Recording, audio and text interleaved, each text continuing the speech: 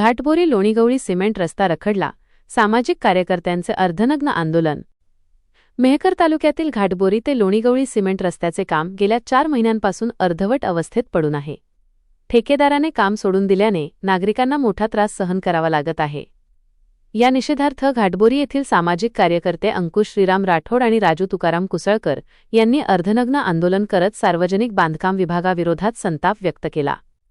रखडलेले रस्त्याचे काम तातडीने पूर्ण करण्याची मागणी आंदोलकांनी केली आहे। बांधकाम विभागाचा अर्धा रस्ता बांधकाम विभागाचा बांधकाम विभागाचा अर्धवट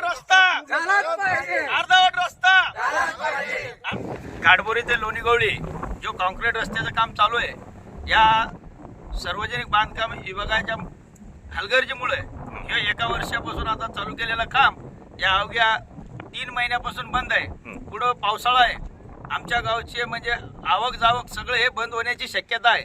या ठेकेदाराच्या आणि बांधकाम विभागाच्या हलगर्जीमुळे हे काम बंद पडलेलं आहे। तर आमची एकच विनंती आहे, या अर्धनग्न आंदोलनाच्या मार्फत एकच विनंती आहे की बांधकाम विभागाने लवकरात लवकर हे काम पूर्ण करण्यात यावे, ही आमची घाटबोरी गाववासिया करून नम्र विनंती पण आहे।